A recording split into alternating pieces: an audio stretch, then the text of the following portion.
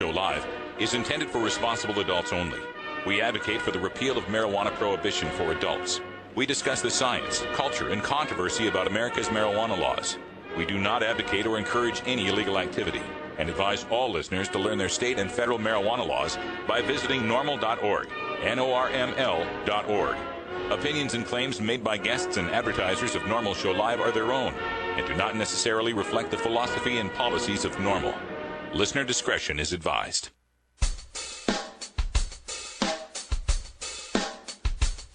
You take a seed, you plant it, you grow it, you dry it, you roll it, you smoke it.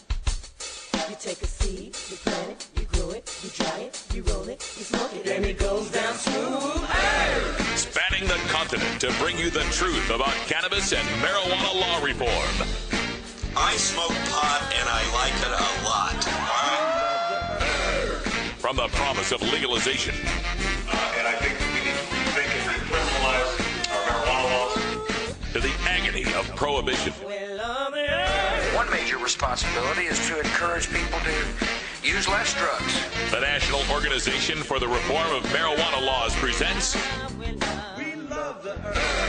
NORML Show Live, Marijuana Nation. Now, here's your host, NORML's Outreach Coordinator, Radical Russ. Good day, tokers and tokettes, and welcome. It's the weekend. It's Friday, March 2nd, 2012, and it's got to be 420 somewhere in the world. We're really glad you could join us for our Happiness, Sunshine, Light, and Joy show. We're just going to be Happiness, Sunshine, Light, and Joy. Ganja John's here in the studio with me. How you doing, John? You must have not wanted me here today. No, you're alive, man. Happiness, Sunshine, Joy, and Light. Yeah. We'll talk more about that later. We've also got Cannabis Carrie, who has overcome the internet difficulties and is on a regular landline phone with us. How you doing, Carrie? I'm doing okay. How do I sound? Well, you don't sound as good as you do on the Skype. It's not as crystal clear. Right. But we can hear you just fine, so it's going to be... And they are working on my internet today. They promised me it would be back up today. It might even be, back on right now. I just missed the cutoff for the show. So Monday we should be back on track. All right, fantastic. So Carrie does our hemp headlines. She's our senior news editor, and we get to that right after this first break. So, Carrie, what's in the news today? Well, today I have a story about a bill in Colorado that is hoping to protect some marijuana industry workers. Also, this really cool story for World Cannabis News headlines, a town in Spain that is considering leasing a large part of its land to grow cannabis. Plus, first up, we're going to tell you about a marijuana grow-op that was busted up in Washington State today, where they found something other than marijuana. That all coming up in today's hemp headlines. All right, cool. I'm going to follow that up with a couple stories I found. A terrible story about a mom getting busted for child abuse having to do with marijuana, and a story out of Mesa, Arizona on drug DUIs. This is going to be a big subject over the next few months, so we're going to talk about that a little bit. Then coming up later on the show, we've got Herb Thrasher joining us for Rockin' Friday. He's going to bring us some music from Hellbound Glory. Then at 5:30, we talk to Paul Armentano, NORML's deputy director. He's going to give us a look at the state legislative update, let us know what's happening all across the United States in marijuana law reform. And then at the end of the show, time for a radical rant. I'm going to take a look at the need for real data in the marijuana debates and give you the tools you need to actually look up this data. Stick around. It's all coming up next. You're listening to NORML Show Live, the voice of the marijuana nation. Hi, I'm Radical Russ. One of the best things about marijuana is the wonderful aroma. But when you travel a lot like I do, that aroma becomes a suspicious smell. That's why I endorse stealth-products.com, the leaders in smell-proof containers. From smell-proof vacuum bags to smell-proof backpacks and duffel bags, all the way to smell-proof digital safes, stealth-products.com has you covered. Stealth-products.com brings you safe, secure, odorless layers of protection with activated carbon fiber. Backpacks and duffel bags are simple black so as not to attract attention with a logo or flashy design. Now, nothing is perfectly odor controlled from the detection of drug dogs, but with proper vigilance, containers from stealth-products.com will help you avoid nosy humans. You're now listening to Illit Beats. Stealth-products.com. Stealth-products.com. This is NORML Show Live. Weedmaps.com. I'm Radical Russ from NORML. In my job as outreach coordinator, I travel every month, and when I'm on the road, I need a fast, accurate way to find the medical marijuana dispensaries in the area. So I turn to weedmaps.com. Weedmaps.com has the best dispensary locator online or on your mobile device. Search by zip code or let Weedmaps find you, and in seconds you'll have the addresses, phone numbers, and customer service reviews for the medical marijuana dispensaries in the local area. Weedmaps.com also has a section devoted to helping you find a doctor who understands and recommends medical marijuana under your state's law. You can even check prices on the Medical Marijuana Stock Exchange. Coming soon, you'll even be able to find the listings of NORML attorneys and chapters, local head shops and grow shops, and the best weed-friendly businesses. Weedmaps.com has the information you need to be an informed cannabis consumer. Visit Weedmaps.com today, a proud sponsor of the NORML Network. Inhaling deeply of the sacred smoke.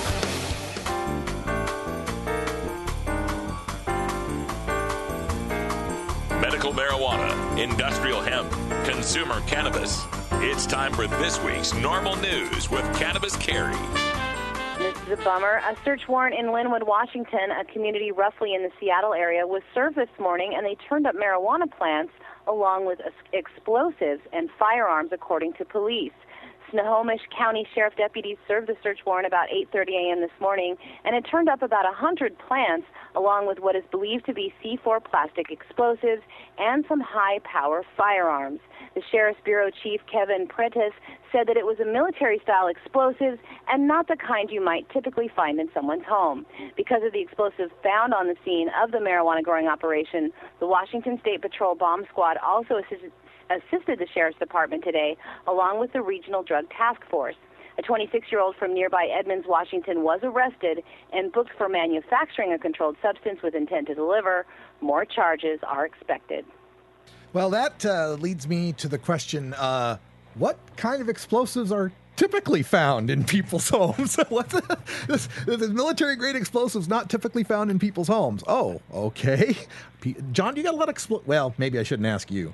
I don't. Well, small explosives. Small, yeah, like firecrackers or yeah, something like that. But I mean, nothing like C4. I imagine what they mean is something that you couldn't just make. Right, you know right. what I mean? Military-grade C4 explosives. And, you know, the thing about a story like this that bugs me is that, as a citizen, I don't want people with military-grade explosives storing them in the neighborhood. No. I think that's generally a bad idea. And while I support people's right to bear arms and protect themselves, there is a point from which it goes to, all right, I'm going to stop an intruder from coming into my home, to that paranoid fantasy, you know, assault weapon going to take down a charging army kind of level, right? So I don't want a lot of that in the neighborhoods either. So it bugs me when these stories come up because I want to see that stopped. But when it comes up in the context of, oh, and we found plants, the public naturally jumps to this, oh, geez, you know, marijuana is dangerous and these dangerous people have all these explosives. No, this guy had explosives and he happened to be growing pot. The pot is the least dangerous thing about what's going on there. So every time a story like this comes up, it just bugs me because I know how the general public's going to look at it. But really, the pot is just incidental here. And a bill pending in Colorado, the Colorado legislature would cut some marijuana industry workers some slack. Those working in the medical marijuana industry in Colorado face constant scrutiny from the Medical Marijuana Enforcement Division, oftentimes law enforcement and media. A proposal in the progressive cannabis state of Colorado would make the nation's first responsible medical marijuana vendor designations for businesses to be able to send their employees through training on how to spot fake cards and other pitfalls of selling a partially legal commodity. The training would allow dispensaries and other cannabis businesses some slack if they face regulation violations. It shows that they are in good faith trying to uphold the medical marijuana laws of the state. Companies that can show that they put all of their employees through the responsible vendor training program would get a break if they face state sanctions for a regulatory mistake later. The Medical Marijuana Enforcement Division already has a requirement that anyone working with medical marijuana undergo a background check, wear a state-issued badge, and be under video surveillance anytime they are handling seeds or plants or any other cannabis products. Now, a similar program is already in place for companies that sell alcohol in the state of Colorado. Brian Vicente, the head of Sensible Colorado, says he supports the bill and called it another attempt by the industry to further establish regulation and responsibility. The bill is awaiting a Senate committee hearing. All right. Well, this sounds, more and more like marijuana becoming mainstreamed. I know guys that work as clerks in liquor stores, alcohol, when they're selling beers in grocery stores and such. They have these classes they can go to, these weak hard classes that help them to better follow the law and be responsible about how they're distributing alcohol. So why wouldn't we want to have something like that for marijuana? And I just love it. I love to see more and more of this becoming, just no big deal. And typical regulations that people have to follow. I mean, there's a certain segment of the cannabis community that doesn't like this. They kind of bristle and resist any sort of regulation or, having to get up at certain times or punch a clock or anything like that. And I understand that, but you have to understand that's the transition that's going to happen. It's inevitable. Marijuana is going to become legalized. It is going to become just like any other commodity that is taxed, that is regulated, whose dispensers have to be trained and so forth. So I welcome this. I'm glad to see that we're moving in this direction. And let's see if we can get this legal, completely legal in Colorado in 2012 to see this kind of responsible legislation extended to the entire cannabis community. And the small country town of Rasquera in Catalonia, Spain, is seeking to put a dent in their unemployment crisis and their town debt by leasing out some land the city owns for the purpose of growing marijuana. The town hall council voted to sign a $1.7 million agreement with the Cannabis Users Association in the nearby city of Barcelona. They're looking for a place to plant marijuana for its roughly 5,000-member association. They are hoping to plant on over 17 acres of land in the small town of less than 1,000 residents. The mayor told the town hall meeting that it was a chance for the town to bring in money and create jobs.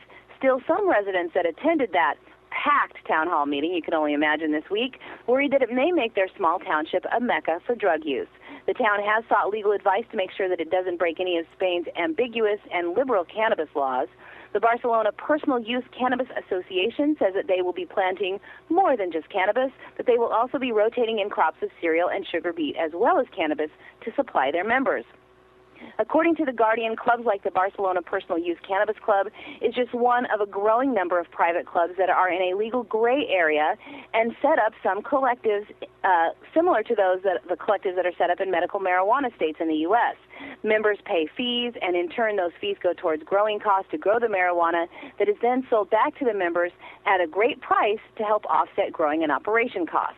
The Barcelona Personal Use Cannabis Club will pay the town about $860,000 a year for the right to grow cannabis in the town. Rasquera, with a population of only 920, will also get to fill about 40 jobs on the cannabis farm.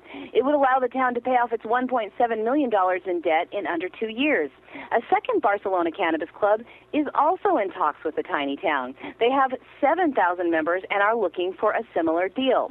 The mayor of Rasquera, Benet Palisa, of the Catalan Republic Left Party, admitted that they do have a few projects in the wings. Another would be to supply seeds to Spain's growing number of seed supply shops. If a second deal is made, it would turn the town of Rasquera, that is traditionally known for growing olives, almonds, and raising sheep, into the largest legal supplier of cannabis in Europe.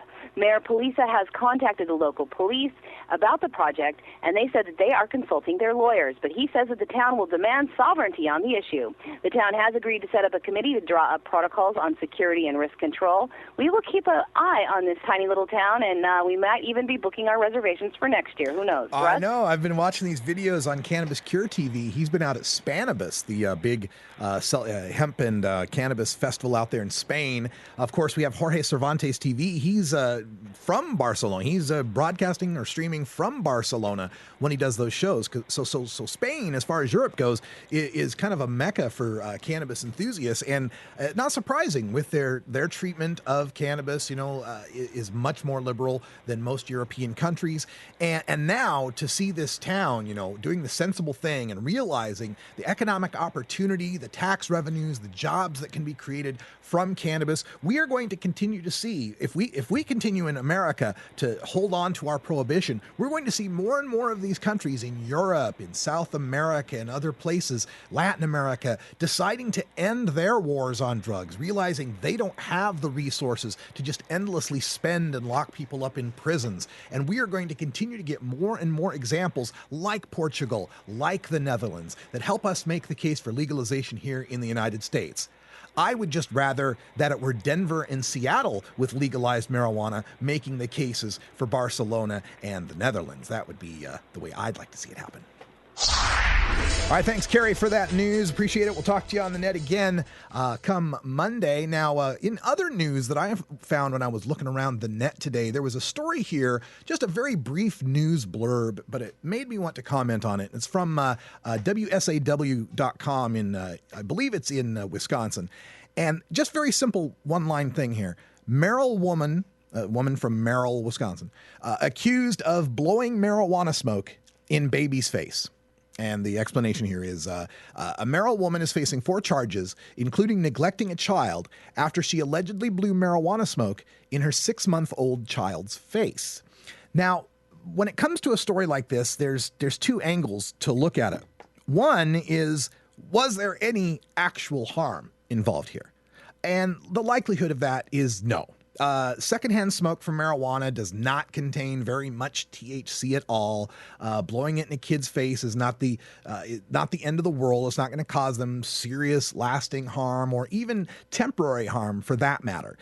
So in that respect, when she and let's not forget that there could be all sorts of reasons why you might want to medicate a little baby with the use of cannabis smoke, for pain or for whatever reasons. That, I believe, should be under the purview of a doctor, though. It shouldn't just be people, deciding to blow smoke in their kid's face. I think you ought to, consult with a physician on that.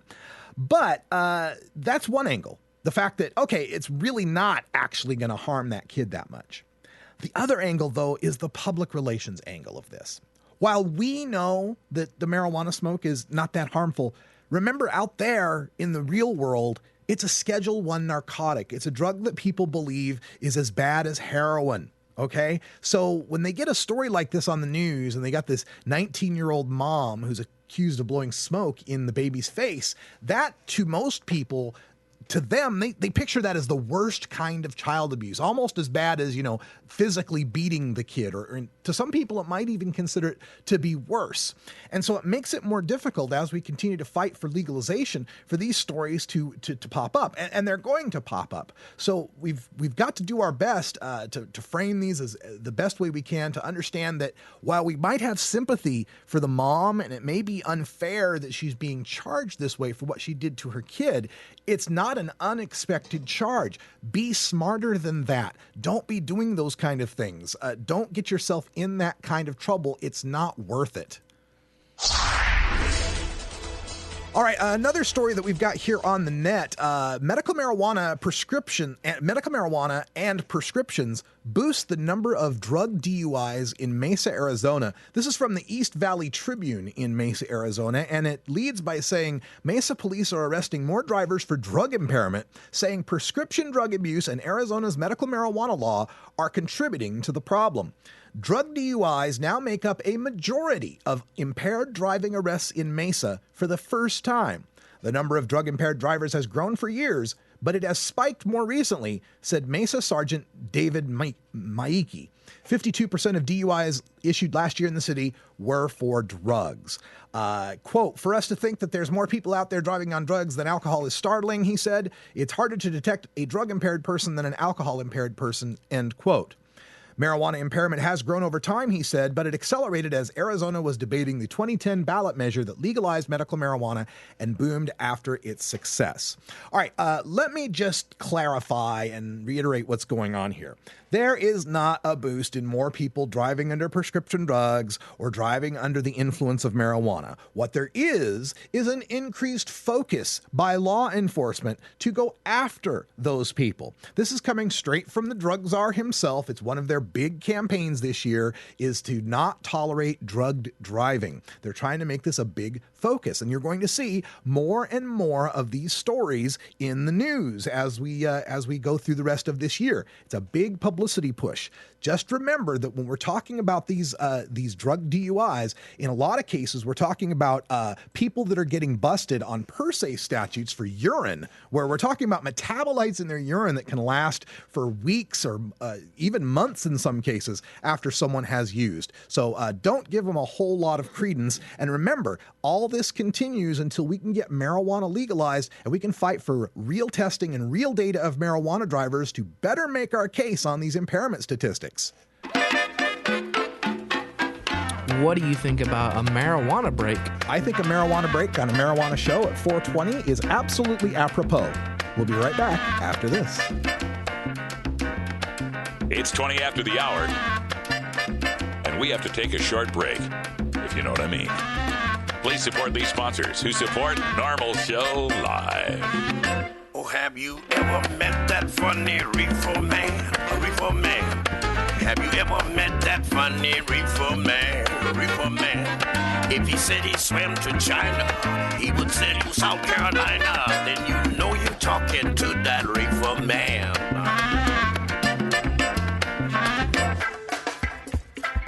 I'm Sub Cool from Team Green Avenger.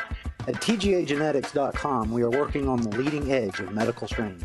Our strains are rigorously tested for THC, CBD, THCV, and other critical cannabinoids. Know your grow. Check out our genetic diversity at TGAgenetics.com, the home of Jelly Bean, Jack the Ripper, Vortex, and other award-winning cannabis strains. Nice beaver. Thank you. I just had it stuffed. Let me help you with that. Georgia. Hi, this is Willie Nelson, and I need your help. Alcohol prohibition didn't work in the 20s, and marijuana prohibition isn't working today. It's time we stop arresting law-abiding citizens because they prefer marijuana over alcohol. Nearly 2,000 Americans are arrested every day on marijuana charges. We're unfairly destroying the lives and careers of hundreds of thousands of people each year simply because they smoke marijuana. These are not criminals. They're average citizens like you, good neighbors who work hard, raise families, pay taxes, and contribute to their communities. We need your help to end marijuana prohibition once and for all. It's the fair thing to do. For more information, contact NORML, the National Organization for the Reform of Marijuana Laws. Call toll-free 888-67-NORML or visit their website at norml.org.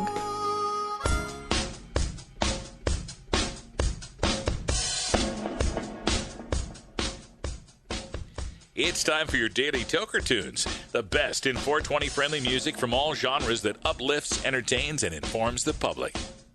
Today, we take you into the weekend with Rockin' Friday. Our segment features the best of rock, metal, punk, and jam band music. If you'd like to submit your song to be played on NORML Show Live, send it to us at stash@norml.org. Now here's some more great independent marijuana music for today's Daily Toker All Tunes. right, time for some Rockin' Friday as March is coming in like a lion. And who else is coming in like a lion? Herb Thrasher. Yeah. How you doing, Herb?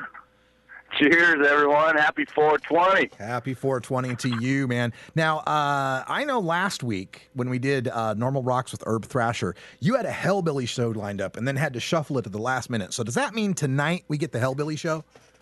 Tonight is the Hellbilly show, man. We're bringing it strong, man.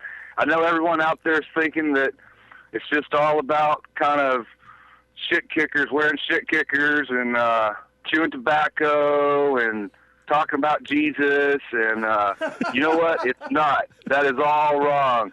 These Hellbilly outlaw bluegrass dudes have all kinds of stuff going on, and we're going to bring it to you, man. I'm real excited. Have some new music. Yeah. I'll tell you, growing up and playing music in Idaho, one of the fun things I always got to do was go to the Old Time Fiddlers contest in Weiser, and then they had a harmonica competition up in Yellow Pine, I think it was Yellow Pine, something like that. But anyway, these backwoods, out of the ways, nowhere places with guys wearing overalls with big bushy beards and a big piece of straw sitting out and then just picking their ass off. Just the most knocked out musicians and some really good weed. So I'm looking forward to it. That's right. That's exactly what's going on. And now, though, dude, that has actually sprawled into those dudes are not wearing the overalls anymore, dude. They're wearing black. They're wearing leather. Yeah. They're wearing tattoos.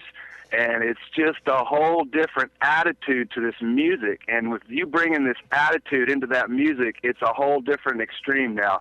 And, yeah, dude, it has that same, fun feel but with an attitude now. And this is a growing music, and so we're going to definitely explore that, and not just like from one band. We've got a few, 5, 6 different kinds of bands lined up, and I'm real excited to bring this to you guys. Right on, folks. Check that out tonight live right here at Rolla J Studios, 8 o'clock Pacific, 11 o'clock Eastern Time, Normal Rocks with Herb Thrasher. You can also pick it up on YouTube at Normal Rocks, or you can get the iTunes subscription for the podcast. Just look for Normal Rocks in the search there. So I would assume that means we're going to get a little Hellbilly here for our song for Rockin' Friday? That's right. And one more fun thing for tonight is we're going to air our interview with the Johnson Creek Stranglers. And they're a local Hellbilly music band. But one of the cool things, I thought anyway, is I asked them, what is Hellbilly? What's the definition? And they gave me their definition, and they didn't know it, but I called their butts on it because I had printed out the definition of it from the Urban Dictionary. And so I called them on it. So we'll get to see how that plays out. It was real fun, and get to see how the definition from the computer translates to their true Hellbilly definition. Right on, right on. And so on that note, yes, we're definitely going to give a treat right here and give a little sample of the kind of music we've got going tonight. And so as their name alludes, Hellbound Glory is well on their way to proving that they are a force to be reckoned in the country music world. Fusing superior songwriting and hard-livened characters with a hard-edged country honky-tonk sound. The group is known for its instrumental dexterity, while vivaciously frontman Leroy and his comrades are also notorious for their down-home, good-old-boy attitude. This type of attitude and songwriting chops to back it up have won over fans far and wide. Whether they are playing in front of 200 or 2,000, Hellbound Glory delivers on their performance and leaves audiences begging for more as they envelop into the crowd with Leroy's powerful storytelling and showmanship. The song Hellbound Glory is an awesome example of the band taking strings and using them as a musical weapon. Performing country on the outlaw side isn't easy for most, and Hellbound Glory seem to have mastered it. Sometimes everyone has a little outlaw in them. Yeah. So roll on up, folks, and return to glory with Hellbound Glory. You guys can check them out on their website, hellboundglory.com, and on their MySpace. Keep rocking, and see you guys tonight on Normal Rocks. Said he was looking for a coal shoveling man. He worked for me, so I'll pay him mighty well with a check address from hell. Said, Mr. Devilman, your deal sounds fine. Tell me one thing before I sign the dotted line. If I go working for you, rolling down that track, how will I ever make it back? He said, we're going riding on the hellbound train. Hellbound glory, yeah, that's his thing. I just been hot a mile on that coal and watch the wheels roll. Now when I'm working, Lord, you're working on that train.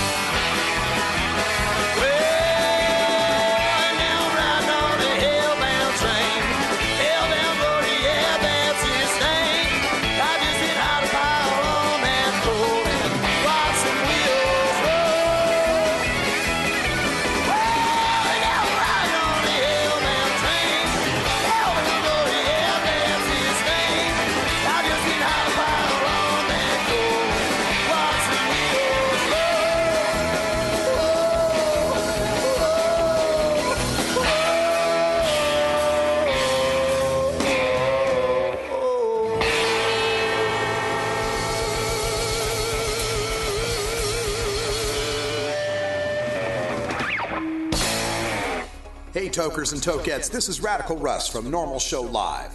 We're proud to be the voice of the marijuana nation and proud to have you on our team.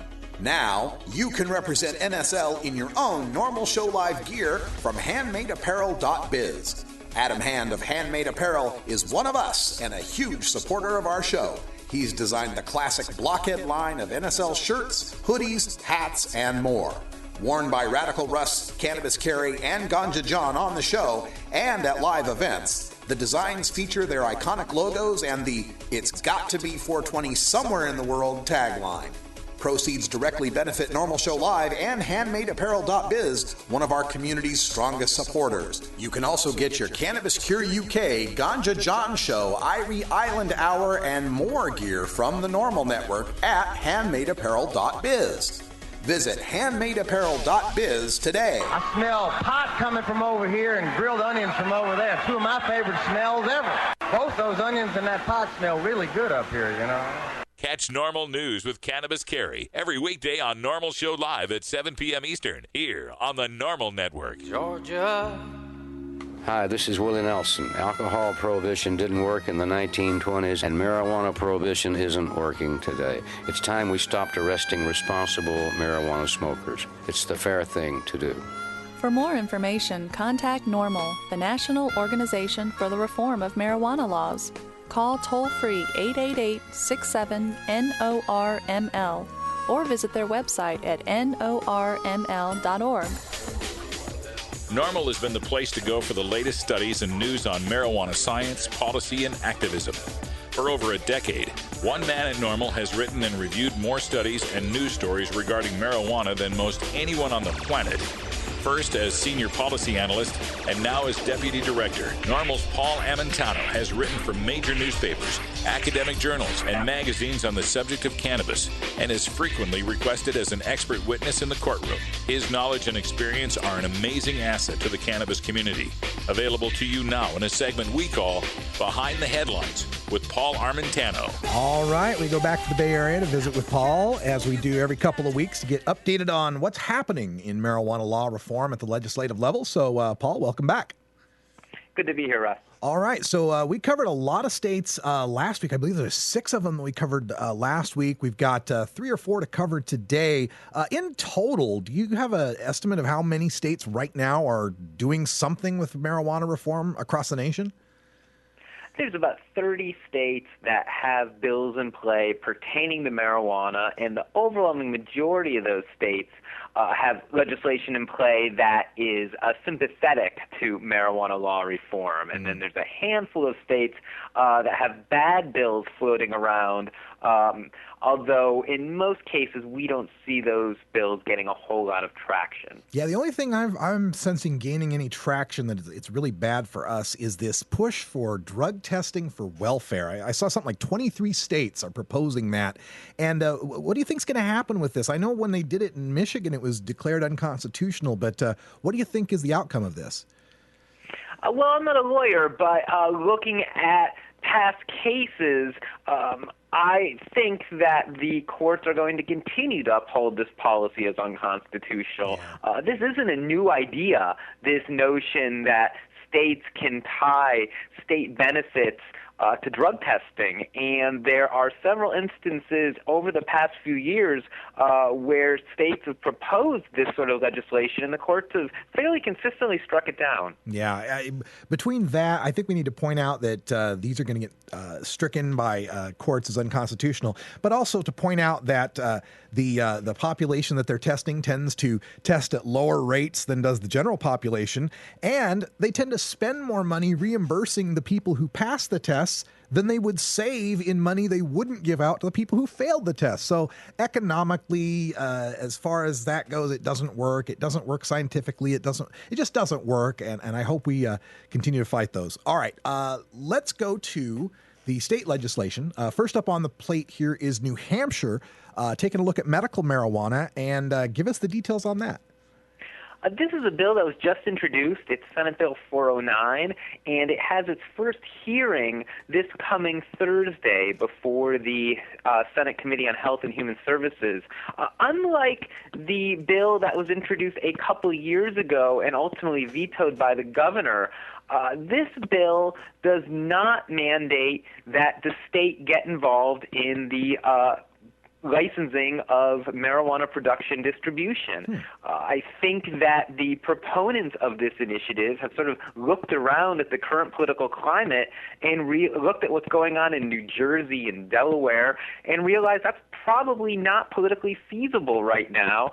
And instead, this is a basic medical marijuana defense bill that says if you're a qualified patient, you can possess marijuana and you can grow marijuana for your own medical need. And my understanding is that proponents believe that this is the year that not only do they have majority support in both chambers in New Hampshire, but they actually have supermajority support, and they can simply take the governor and factor him out of this equation because they believe they have the votes to override what most likely would be his veto. Yeah, is this the same governor who had vetoed previously? Yes. Oh, okay, and Democratic governor, if I'm not mistaken. Yes, John Lynch.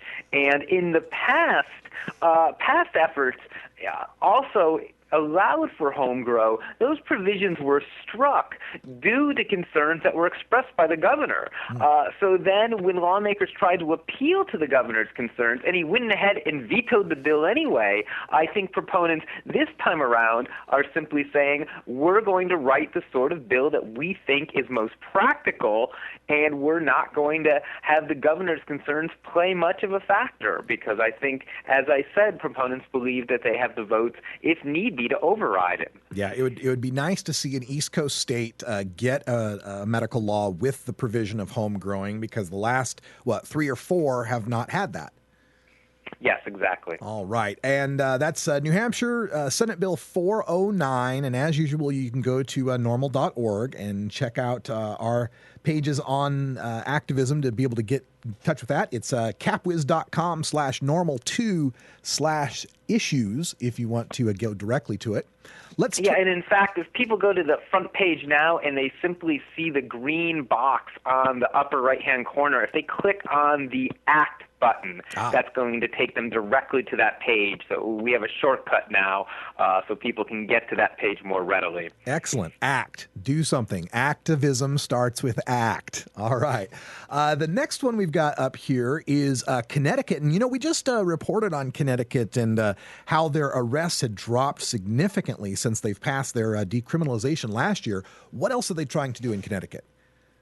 Well, folks probably remember the incoming governor last year, Dan Malloy, said that not only did he favor decriminalizing marijuana for personal use, but he also said that he was in favor of the medical use of marijuana. And there was a bill introduced last year that got quite far through the legislative session before eventually failing to get off the floor prior to the end of the session. Well, medical marijuana has been reintroduced in Connecticut. Our folks on the ground, and particularly Eric Williams, who heads our Connecticut NORML affiliate, has been involved in this process every step of the way, including in the drafting process of the language. And the bill is raised Bill 5389, and it is scheduled for its first hearing also next week on Wednesday. This is still a work in progress. This is actually fairly typical. We saw this last year in Connecticut, where bills are initially introduced, and in many ways they're just in the form of a shell, and as the measure goes through hearings and debate, more and more amendments get added to the legislation. And we fully expect that over the course of debate regarding this bill, we're hopeful to get more favorable amendments added to this measure. All right. That sounds great. And again, the support there, just go to normal.org and click on ACT if you want to get involved there in Connecticut. We've also got something happening in Rhode Island. What's going on there in the Bay State? Well, there's a lot of press coming out of Rhode Island. I'm not quite clear why, in fact, it's getting so much attention. But folks may have saw some wire stories over the last couple of days saying that the governor and lawmakers had reached an agreement on compromise legislation to allow for dispensaries in Rhode Island. And most certainly I have seen the bill that was recently introduced in Rhode Island to allow for dispensaries. What's curious to me is that Rhode Island state law already allows for dispensaries, and there seems to be very little difference between what the current law and regulations are in Rhode Island regarding dispensaries and what this new language proposes. But either way, the upshot is that now we have Governor Chafee on record saying he's going to move forward with allowing the state to license medical marijuana dispensaries, which would be a reversal from his stance just a few months ago when he suspended Rhode Island's medical marijuana dispensary program. So it looks like all in all, this should be good news for individuals in Rhode Island that the governor now seems content to let these dispensaries that had already been licensed by the Department of Health to finally move forward and hopefully open in the state of Rhode Island. This just in, the governor of Rhode Island plans on following the law. Exactly. I guess that's the story. Okay. Kind of sad when following the law is news. And it's interesting to me, too, is that they have 3 dispensaries that they're going to institute there in Rhode Island, a state that's, 50 square miles? Whereas in New Jersey, they're proposing 6 for the entire state, which is much larger and much more populated. It's just such a patchwork of these different medical marijuana laws, don't you think? Oh, well, it most certainly is. If I recall, in Vermont, they're proposing 6 as well. And, the District of Columbia has a larger population than the entire state of Vermont. Yeah. So, as you said, these numbers are oftentimes, they're arbitrary numbers. They're picked almost at random by lawmakers. Mm-hmm. Now, as far as legalization goes, we reported a couple weeks ago on Massachusetts putting forth a legalization bill. Maryland has some hearings going on as well. Can you update us on those? Sure. Maryland has a number of medical marijuana bills that have been introduced. One of those bills is going to be having a hearing on Friday, March 9th. I believe that NORML's executive director, Alan St. Pierre, will be among those testifying in favor of the legislation. And, of course, as longtime listeners know, Maryland has had an ongoing battle politically to try and enact some form of medical marijuana legislation. This is about the 5th or 6th go-round. And it's still uncertain whether lawmakers in Maryland are comfortable moving in this direction, even though now this is an issue they have debated now for many, many years. They've had several work study committees, but it's still unclear where the consensus lies as far as how far Maryland politicians want to go. In Massachusetts, there's also a hearing that's coming up next week. It's going to be on Tuesday, and this is in favor of House Bill 1371, which is a measure that was introduced last year, carried over into this year's session, and it seeks to tax and regulate the commercial production and distribution and retail sale of marijuana to those aged 21 and over, and it seeks to legalize the possession of marijuana by those 21 and older. All right, good news there. And speaking of legalization, we got the great news at the beginning of this week about Colorado certifying for the ballot their Regulate Marijuana Like Alcohol initiative. Have you gotten any information or polling about that yet? Any data you can tell us about this legalization in Colorado? I haven't seen any recent polling on the initiative. I'm sure there will be some very soon. Generally, the local media in these states conduct their own polls, and they love to poll on this issue of legalization, particularly when these initiatives make the ballot. I'm excited about the prospects of this passing in Colorado. I'm excited about what this bill is seeking to do. This is a measure that, if it were to be passed in November, would make the possession of up to an ounce of marijuana subject to no civil penalty, no criminal penalty, and that would take effect immediately. It would take effect the very next day. It would also allow for anyone over age 21 to grow limited amounts of marijuana in their home. It allows for up to 6 plants of home cultivation. That would be legal activity under state law the very next day. So in short, the personal possession of marijuana, whether you're possessing the actual marijuana flowers or you're growing marijuana, that will no longer, under state law, be deemed contraband. That is a very significant change. The measure also looks forward and says within a year after its passage, the state's got to come up with regulations regarding the commercial production and distribution and retail sale of marijuana. So that is something that's intended to be addressed down the road. But I'm really pleased with the fact that if voters in Colorado approve this, the very next day, possessing an ounce of marijuana or growing up to 6 plants in your home, if you're over 21, will be legal activity in the state of Colorado. Now, the last time they tried a vote on legalization in Colorado, it was 2006, which was an off-year election, and it got 41% on the ballot. Do you think that it's got to have a better chance this time around to pass than 41%? These are two very different campaigns.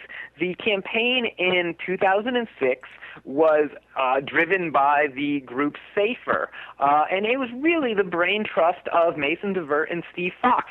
But it was legitimately a grassroots campaign. There was very little money behind that campaign. There was money to get the signatures and put it on the ballot, but there was virtually no money to actually fund a campaign. This effort is entirely different. The proponents of this campaign have polling that they're basing their decisions on. They have some marketing research. They're going to have advertisements.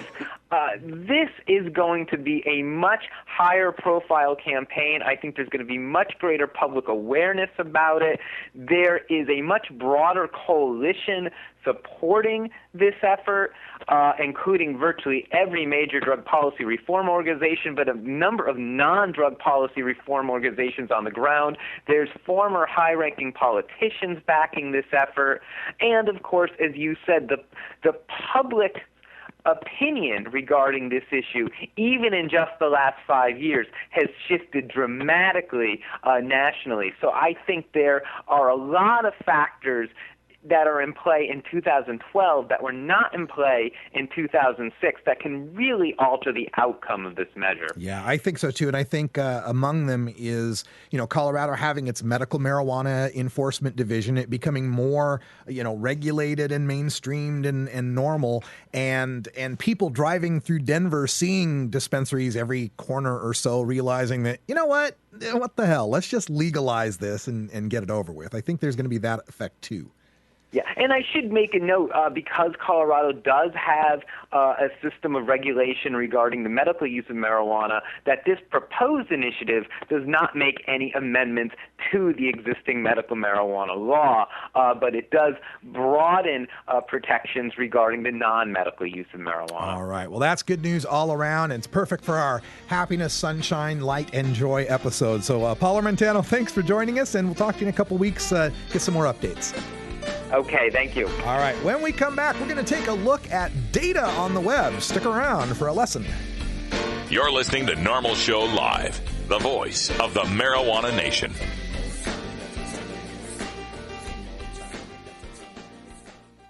And now, another episode of Cannabis Shakespearean Theatre. I'm your host, Leonard Pinth-Garnell III.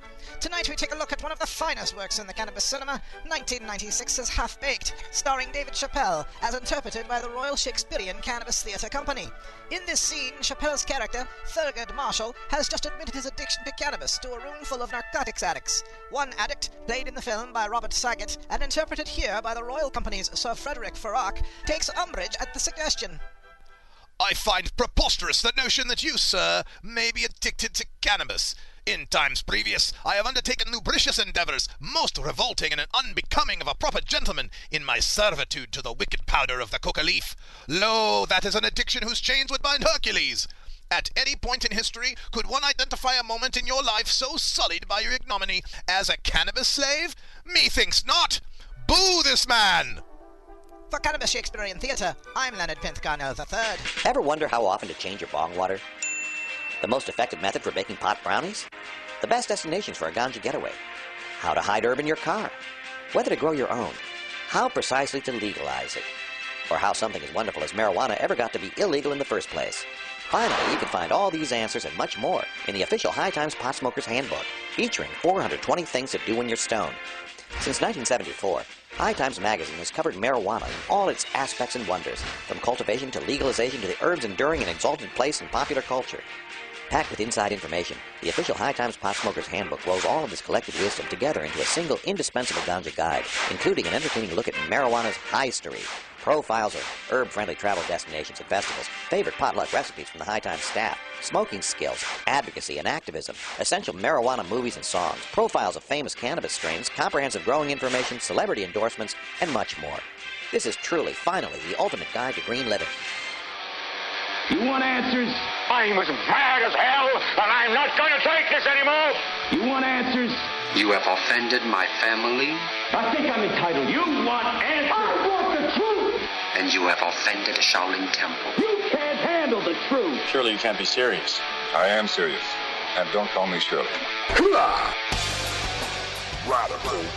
All right, welcome back, everybody. And I am serious, and you can handle the truth. And if you want to find the truth in your marijuana debates, I've got a lot of resources for you. One of the things that's kind of gotten on my nerves over this past week debating with various people about various marijuana things is how many people will come into a debate and start talking about studies and science and things and be absolutely wrong on what they're saying. So I want to make sure if you're going to go out there and debate that you've got the right information. And I want to help you do that by taking a look at a few websites. Now, let me move the cursor over here to this window, and we're going to start at the NORML.org website.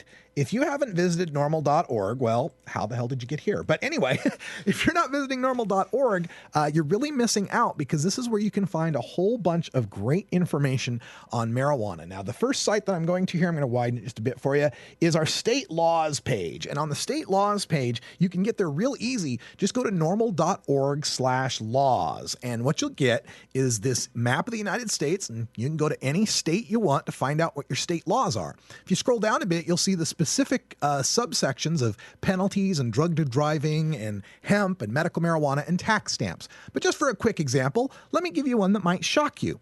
State of Utah. We're going to go over there to the state of Utah, click on that. I just wanted you to realize that in the state of Utah, possession of up to a pound of marijuana is only a misdemeanor. That's right, Utah, possession of a pound is only misdemeanor. Now, to go back, right here in Oregon. There is a reason why we drive through Utah. Now, we go back to Oregon. Oregon, you know, where it's a hippy-dippy love of ganja. Yeah. Oregon, we'll click on that one. In Oregon, possession of an ounce or more is a Class B felony. So we go from a ticket to a Class B felony. A ticket to a Class B felony, right? Ticket less than an ounce, Class B felony more than an ounce. So that just shows you that even in marijuana states, you know, that you would think are typically, you know, cool on pot, no, there's a lot of work still to be done. Another place that you should be taking a look at is NORML's research library, and you can find this at norml.org/library. And there's links to my big book, which I'm still fleshing out. There'll be more and more stuff coming up here. Arrest reports, all the info you need on driving in marijuana, the economic studies that have been done on, you know, how much money we could make by ending prohibition, the health reports. And I'm going to focus on this health reports one because this one by Paul Armentano, if you haven't seen this one, you got to go to this. The recent research on medical marijuana, cannabinoids for cancer hope, cannabis and mental health. This is the stuff you need to read and need to know if you're going to be an informed activist on these issues. So check it out at norml.org/library. Now, another place that you should be checking out are some of the resources that are provided by your tax dollars by our federal government. And one of them is the Substance Abuse and Mental Health Services Administration, otherwise known as SAMHSA, and their specific Substance Abuse and Mental Health Data Archive, known as SAMHDA. SAMHDA. Now, it's a big, long website address, but don't worry about that. Just type in SAMHDA into Google, and you'll find this. Now, what we have here in SAMHDA are a series, this first place is called Quick Tables. And what the quick tables allow you to do is to be able to just find some basic data off of 4 data sets, these health behavior in school-age children, National Survey on Drug Use and Health, and the treatment episode data set, admissions and discharges. Basically, that's, the kids, the first one is the kids. What about the children? The second one is everyone, the National Survey on Drugs. And the last 2 are drug rehab stats. Treatment episode data set is what that's called, TEDS, for admissions and discharges from rehab. So, for a quick example, suppose you just wanted to know how many people smoked pot this month. Well, that would be something that would come under the National Survey of Drug Use and Health. And you can go all the way back. It goes from 2010 all the way back to 2001. You can sample that by just the children. What about the children? 12 to 17, or the entire sample, if you like. And so let's pick this 2010 entire sample. And there's all sorts of drugs you can look up. Cigarettes, alcohol, cocaine, crack, heroin, and so on. There's marijuana use. We'll choose that one. And here are the options. What do you want to know? Whether someone ever used marijuana? Well, if you open that one up, you'll find recency of marijuana use, or number of days used marijuana in the past 12 months. Let's check that one out. How many people used marijuana in the past 12 months? And then we can break it down, currently breaking down by gender. We could break it down by age group, or educational attainment, or pregnancy, or race and ethnicity. Let's try age group. Now, the rest of this you can ignore. Confidence intervals have to do with some statistical validity. Chart options is just whether or not you want to create a chart. I'm just going to turn that off for now. And down at the bottom, you can create the table. And the next thing you know, you've got how many people used marijuana, how often in the past 12 months, broken down by age. And what we have here is we are seeing that from age 12 to 17, 85, almost 86% haven't smoked pot. 18 to 25, 70% haven't smoked pot, and so forth. Or you can look down 1 to 5 days in the past 12 months, 6 to 10 days in the past 12 months. I'm going to go down here to the chronic tokers. More than 100 days of use in the past 12 months. Well, 12.9% of people aged 18 to 25 are smoking pot more than twice a week. That's 1 in 8 people aged 18 to 25. Now, if we go to the next level, 7.4% of people 26 to 34, and 3.2% of people aged 35 to 49. And if you don't want these percentages, you can always get information by figuring out what's called the weighted N. Now, the weighted N is the estimate of how many people that applies to. So if you took this 3.2% times this 62.6 million, that would give you an estimate of how many people in the United States of that age are smoking pot more than twice a week. These and other data are all available at this quick tables, and it's really, I know a lot of people, when you get to statistics, they get a lot of math fear going on. A lot of people don't want to dig into it. But if you're going to make these arguments, it behooves you to be educated on the statistics and the facts that you're using to make your point. Now, I'm going to continue this in hour 2 in Toker Talk Radio, and we'll continue the video record so that people watching this on video can follow along, because I think this is really important. I think this is important for us to know how to find our own answers, and I want to teach you how to do it. So stick around. We'll take it into hour 2. I'm Radical Russ for Ganja John and Cannabis Carrie. Thanks for joining us this week. We really appreciate it. All sorts of great shows coming up on the NORML Network later tonight, including Hemp Radio and THC The Highcast, followed by NORML Rocks with Herb Thrasher, where we're going to be doing it live, and we're made of metal. So thanks, everybody. It's been an interesting week. We'll see you next week. Oh, by the way, next week, no shows on Thursday or Friday, as I will be traveling to Houston to debate Dr. Kevin Sabat, the drug warrior. So we'll see you Monday, Tuesday, and Wednesday next week. Until next time, take care of each other, tokers.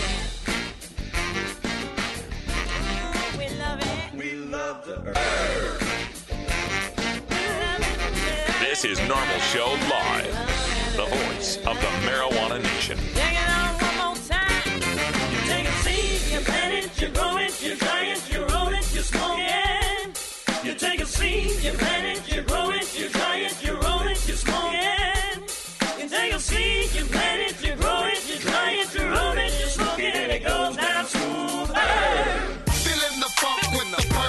the blunt, 100% cannabis, medical puffs. It's the granddaddy perk, break it down and stuff. In the bay we pack, pay it, don't crumble it up. Feeling the blunt with the perks in the blunt, 100% cannabis, medical puffs. It's the granddaddy perks, break it down and stuff. In the bay we pack, pay it, don't crumble it up. This hobby's my schoolwork, homie, give me my assignment. And sometimes that can lead to consolidatory confinement. My mental's open up and then my You're listening to the Normal Network, where the time is 420, 24/7, 365.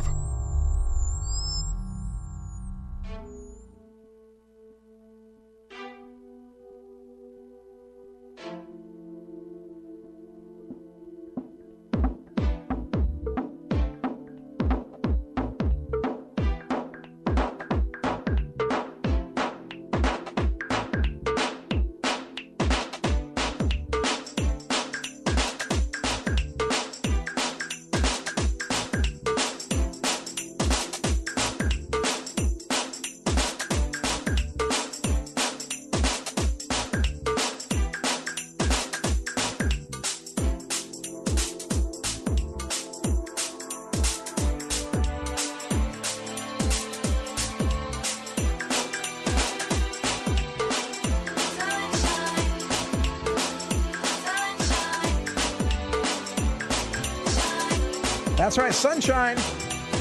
Sunshine. Sunshine. Sunshine. In my life. Welcome to Toker Talk Radio. And you know what you can do. You can toke, you can talk. You can talk, you can toke. You know, that's how it works. You get the gist. Wow. John's having trouble toking and talking. A little bit. Sometimes. So before I get back into the data lesson, yeah, you got to hang out with Danny Tanner last night. I did. I don't like to name drop, but Full House is Danny Tanner. Yes. The Full House is Danny Tanner. Yeah. Folks who don't know, we're talking Bob Saget. Yeah. Who was the guy in Half Baked who said, you know, I used to suck dick for Coke money. That was Bob Saget, in case you're forgetting. Or if you forgot from he originally did the Funniest Home Video Show, didn't he? Yeah. He was the original guy. And for those of you who only know him from Full House or that, y'all don't know That's Saget. Because the guy's dirty. He's very dirty. Dirty comic, man. Hilarious, though. I didn't think he was that funny. Really? No. Oh, I saw some stand-up. Nice guy, but he doesn't, you know. When you've been doing that job for so long, you don't give it your all. I get your point. But it was a Thursday show. Yeah.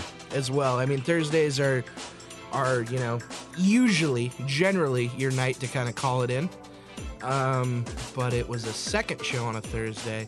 I mean, he did good. I mean, the crowd loved it. Yeah, yeah. I'm hypercritical of comedy. I'll bet. And you know, it's, you know, from seeing so much, I just like me, I can't. It's hard for me to go see bands. Well, you know what? I don't have patience. You probably see this like when you see a new band and they're using these riffs that are 50 years old. Yeah, it's like deedly deedly deedly deedly deedly. I've heard that one. Yeah, he's telling jokes that are 50 years old. I see. You know what I mean? But they're just reworked. And you know, some people do that, and I love it. John Lovitz did that, and it worked great. Yeah. But you know, I was like, it was on Letterman the other night. Tom Hanks doing old Buddy Hackett jokes. Yeah. Because I'm freezing here. But I mean, it was a good show. You should. I would tell people to go check it out. But it's sold out. For the next 3 days. I gotta think that, you know, with a few notable exceptions, becoming a celebrity might kind of hinder being a stand-up. Yeah, and I see a lot of people doing it backwards too nowadays, where they were famous for one thing, like John Lovitz. He came to stand up later. Yeah. Tom Green came to stand up at the end. Is coming to stand up at the end of his career, not the end of his career, but now presently in his career. And I mean, it's interesting to see him do it. Sometimes they do great, and sometimes they're not so great. But you know, like I said, I'm hypercritical of comedy, and if I've heard the same joke before, I don't want to hear it again. Right. Unless it's from the same comic, you know. Right, really, right. You know what I mean? And so, it's just, a lot of old Don Rickles stuff I'd heard before. Sure. Bob Saget is like a white Don Rickles. That's what Ian Carmel said, yeah. There we go. That's just in.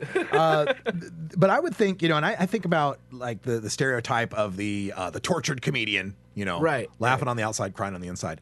And that's a lot of them around Portland. Well, I think about that stereotype, and I think that like if all you've got is just your retelling and reaction to the horribleness of life, then if you become famous and now life isn't that horrible, it's kind of hard to get. It's hard to get back to where you're at. Yeah. It's kind of like, when the indie crowd always says, well, I liked their first few albums until they sold out. Right. Then they sucked. It's that kind of thing. So yeah, and I mean, I don't know. I can imagine too doing a job like that.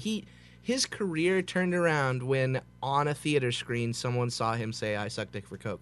That was the second it turned around. Yeah. I mean, you can pinpoint it to that moment. He went from being G-rated to being R-rated, and he never looked back. Yeah. And, I could understand that, but now he's got a weird kind of...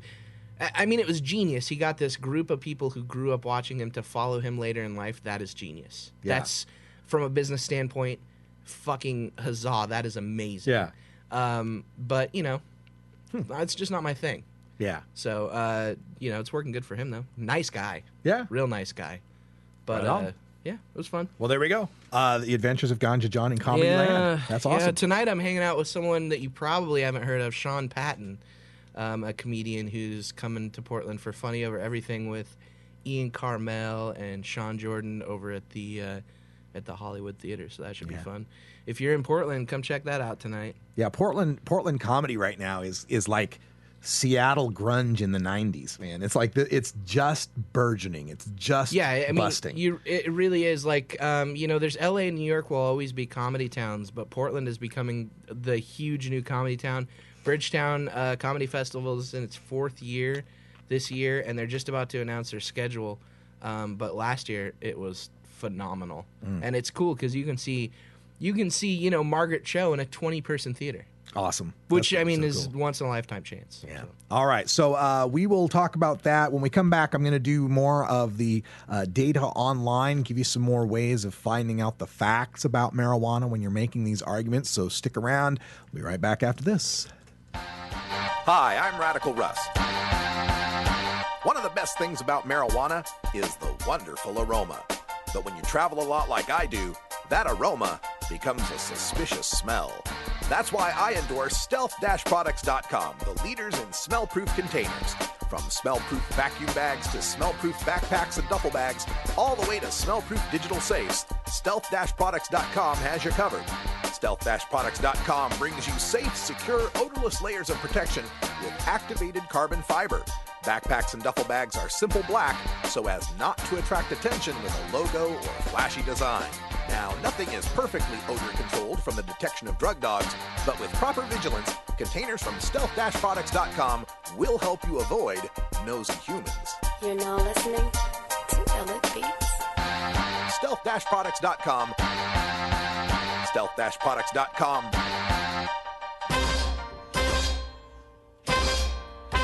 You get me too high. I overanalyze. If you've ever been too high, then you can sympathize. You get me too high. And I start to fly if I said some silly thing, and that's the reason why. Shiva, my city. Hey, in a completely straight way, I dedicate this song. This is my Ganja John song. A straight way. Yeah, this is my song dedicated to Ganja John. I like that.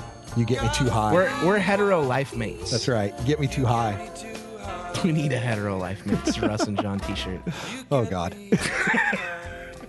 Oh, God. I'm old enough to be your dad. I know. That's okay. Let me think. You're 26? You would have been 18. I've been 18. Yeah. I guess, yeah. Yep, that's entirely theoretically possible. Yeah. I have a friend who had his son at 15. Ooh. He's about 30 now, and his son's 15. Weird. And it's more like they're friends. Yeah, I'll bet. Than anything else. I bet. That's a trip. Yeah. And I've got friends now who are getting their first grandbabies. Yeah, and that's just like, oh my God. There's an advantage of being childless that allows you to kind of freeze yourself in time. Yeah, it to is kind of. respect. I mean, I can still listen to music and not feel like a dork. Not me. Like new music, you know. No, I passed that around. I'm going to say 2001 or 2002. This is where you were I just dropped like, off I'm of done? hip. Yeah. I was gone from hip. I was no longer like now. You know, you could. You put the Billboard Top 10 in front of me, and I wouldn't know a single name on it. I'd be Yeah. like, I know who Katy Perry is. That's about it. And that's because of the boobies. Well, you know, we all have to have priorities. Yeah. I have a theory on why she's beautiful, but we'll talk about that on the Ganja John show. There we go. I have a theory too, and it has to do with anime. You think so? Yeah, she looks like anime, doesn't she? She's got big old eyes that totally ridiculously out, Yeah, figure. like her figures, she's very voluptuous. She's Very curvy. anime, I think. But I think what it is, and you'll think about this for a while. It's black hair and blue eyes. Oh yeah, it's no rare, no doubt. and it's what people are looking for constantly now. Yeah. Okay, there's that. Definitely black hair, blue eyes. Because think of anyone, think of most Zooey Deschanel, black hair, blue eyes. There you go. Beautiful chick. All right. Well, now we know. But I mean, they're not. If you took that away from them, they wouldn't be too spectacular on their own. Maybe not. I don't know. Well, I like boobs. We'll examine it on the Ganja John show. We'll have to. All right, let me get back to some of the data stuff that we were looking at. If you caught us in hour one here, we were looking at the national, the analyzing data online. Oh, I've got all these effects up. I got to take those down. Hold on now. That didn't help anybody. There we go. All right. So we'd looked at all these different things that you can look up on the SAMHDA, SAMHDA, and things like number of days that you've used marijuana and so on. So all sorts of things that you can find out just in this general look. You know, how many people have ever used marijuana, and we'll go by gender, right? Actually, let's go by race and ethnicity. This might shock you, or maybe not, but race and ethnicity, who has ever used pot? And it is mostly white folks. Well, wait a minute. I think we're losing out to the Native Americans. 45.9% of white folks have tried pot, compared to 40.7% of black African Americans, compared to 47.2% of Native Americans or Alaskan Natives. Now, we got to talk to Kaliko about this, because only 26.2% of Hawaiians, Native Hawaiians or Pacific Islanders, have smoked pot. Really? And then Asians, only 19.2%. Mixed race, more than one race, 53%. The only majority that has, in racial or ethnic demographics, that has tried pot are those who are more than one race. Barack Obama, I'm looking your way. And then Hispanics, 30.6%.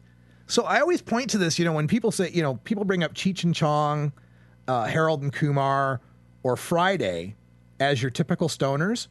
Not really. Harold and Kumar are your least typical stoners. Cheech is a less typical stoner. And the guys from Fridays, not as much typical stoners as, say, Jeff Spicoli, right? Or Slater, right? So, I'm going to go ahead and say I have never smoked with a Native American, Alaskan Native. Okay. I have never smoked with an Asian male. I've Yeah. smoked with many Asian females. Okay. I think that's it. Everything else I have covered. You've got it covered. You are the Benetton. I'm the Benetton of bongs. The Benetton of bongs. I love it. All right. Mark it down. Somebody write that down. Ooh. And of course, we can also do these with charts too, like, a little stack bar chart here, or pie charts. Pie charts would be good for this one. So create a table with the pie charts, and you get the same data, right? But then you get these nice little pie charts of who's used, who has and who has not, right? So this is just the quick tables. Now that gives you some very broad information.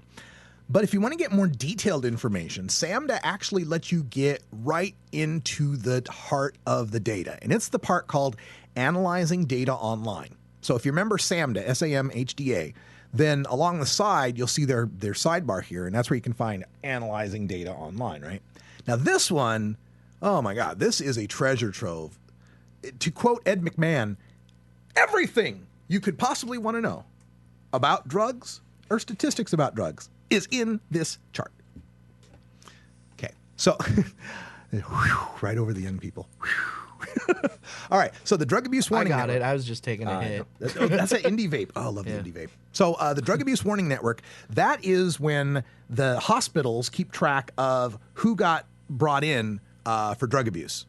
Health behavior in school-age children, monitoring the future. Some of these we've talked about before. Other studies, alcohol drug screening studies, things going back to the 1990s, if you really want to go that far back. So tons of stuff. But let's stick to the top here, where we had that national survey on drug use and health. That's the one we looked at before on the quick tables that told us how many people smoke pot by what race, or how many people smokes pot by which age, and so on. Well, here we go. Let's get into the national survey for 2010. Now, what you get when you get to this level is you are now getting to the actual variables within the test. And this is on the left-hand side here, under where you see it called variable selection. And they break them down in all these subjects: identification, core substance, and so forth.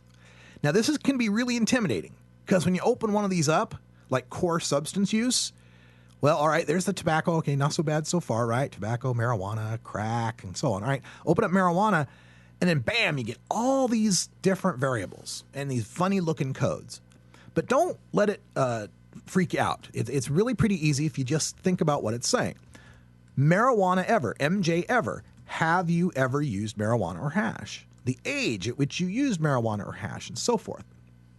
But let's say we want to know how many people are smoking pot how many times per year, so that we can find out how many bona fide daily tokers are there.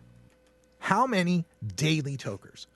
Well, back on that quick table, we can't find that out. Quick table only tells you within the month or within the year or ever. And that's what we're finding here too, right? Month, year, or ever.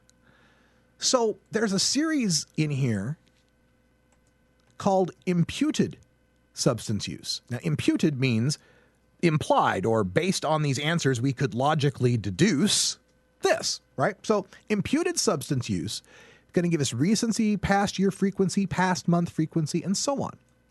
So if we open up this past year frequency, again, we're trying to find out how many daily pot smokers last year. Daily. All right, we can go down that. We got marijuana frequency. Read the rest of that. Marijuana frequency in the past year. Imputation revised. All right, let's try that one. Now, what you do is you take this IRMJFY, that's the code for it. And if we scroll a little bit down here, you'll see a section here where we can copy that to the row. Now, that's this portion over here on the side. Whenever you do these data things, you got to have a row.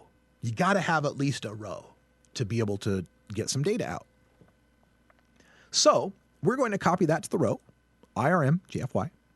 And that's all you need. The rest of it's all optional. Don't have to worry about anything else on this thing. Just pick that, for the row. There's a couple others I've done before. And scroll down to the bottom. And again, you can add graphs and bar charts. That got that over here on the right here. You can add bar charts and stuff, but we're not going to worry about that. And just run the table. Bam. When this table comes back, it shows us, all right, you're looking at that variable, IRMJFY, which is marijuana frequency in the past year. And as we scroll down, this table will show us from 1 to 365 what people answered on how much they smoke pot. Wow. And it turns out that only 1.8% of pot smokers, of the 29 million annual pot smokers, say that they've smoked pot every day in the past year. So wow. You and me? Yeah. We're not in the 99%, man. No, we're not. We're in the 1%. We're the 1%. The 1%, man. We're in the 1%. I'm the 1% of pot smokers. I like these people that answered 364. Like, oh, I missed a day. Just one day. Just one day. And, how do people, know? Does anybody really keep track? Yes, on October 17th, I didn't smoke pot, and on April 10th, I didn't smoke pot. So that makes 363. I don't know that anybody really does that. I would honestly be able to tell you if I missed a day. I mean, I've missed days. Sure. But there's certain days that stand out where I've missed it. So by looking at this, now the numbers we're getting here also, this 0.0 or 0.1.4, that's like the percentage. Now here's at 180, right? So that's like people that are smoking pot at least every other day. Yeah. Right? Or so, 182 I guess would be more accurate. But that's getting 1.4% of all pot smokers, a total of almost 400,000 pot smokers. So you can look at these data and so, okay, so for the people smoking pot all year, there's only 500,000 of us. Yeah. If we count the ones who only missed a day, well, now there's 2.3 million of us. So, I always like to point out, and this is really, as we get into these debates about, who or who isn't going to be hurt by a certain bill or whatever, let's point out that, there's 2.3 million of us in America that are smoking pot every day. Yeah. 2.3 million. There's a lot of people. Now, when we break this down, we'll break it down further, but you know what? It's way too close to time for us to smoke. So let's get to that. Smoke time. We'll be back after this, guys. All right, stick around. Time for an indie vape.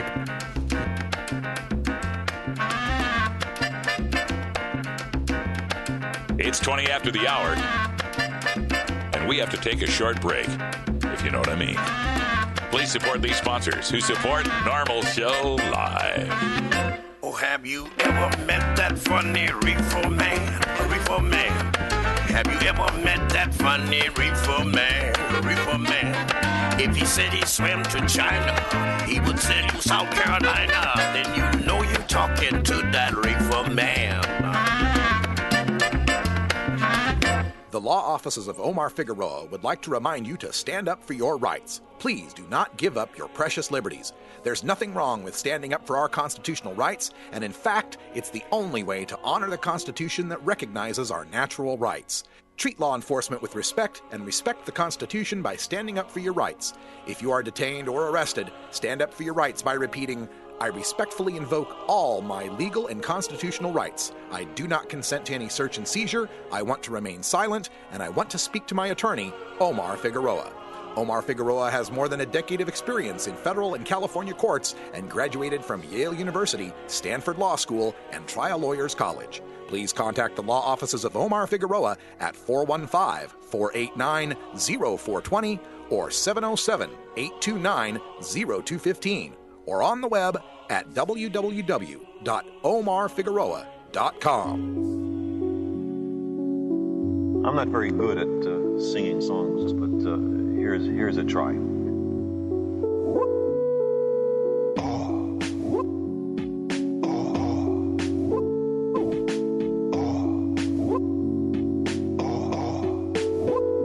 If you wish to make an apple pie from scratch. Yes, I do. That sounds good. You must first invent the universe. Damn! I knew it was going to have a catch. I ain't got time to invent the universe, Carl. I just want a damn apple pie. Jeez. One universe. Have you ever seen? I have that card sitting in our recipes. What's that? The Carl Sagan's recipe for an apple pie. Oh. It's just a regular apple pie recipe, but it calls for one universe. There we go. Yeah. I like that.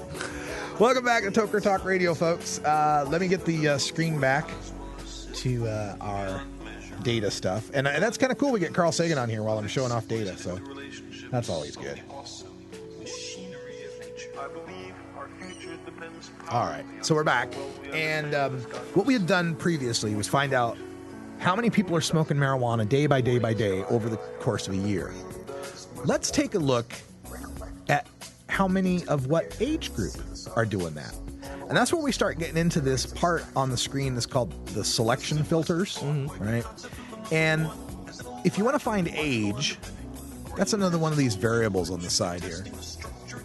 Under, I believe, demographics, core demographics, and age 2. Now, if you try to do this, like age 2, you would think that age would be like, oh, okay, if I want to find out who's, 18 years old, put in 18. I wished it worked that way.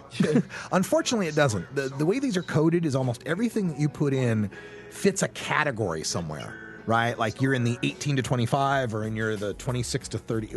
So you have to kind of look it up to find out what numbers they're talking about. And here's how you do that. Remember how we put IRM JFY up here and just found out, the marijuana thing? Well, you can do that with any variable.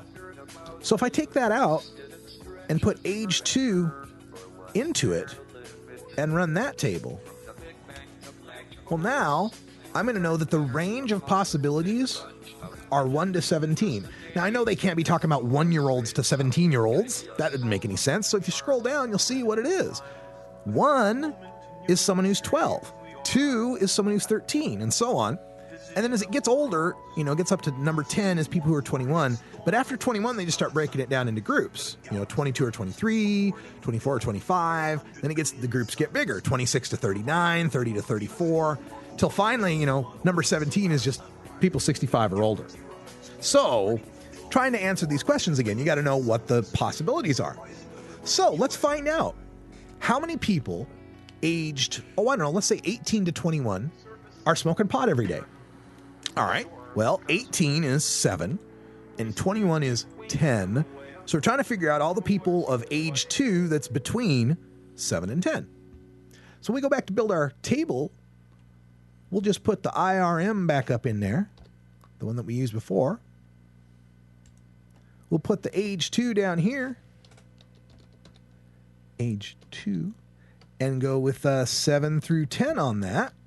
The numbers we want. So what this is doing is saying, all right, give me that, how much marijuana every, how many days they said they used it, but only for those people. And then run it, and we have our answer. So, oops, that's per month. Picked the wrong variable.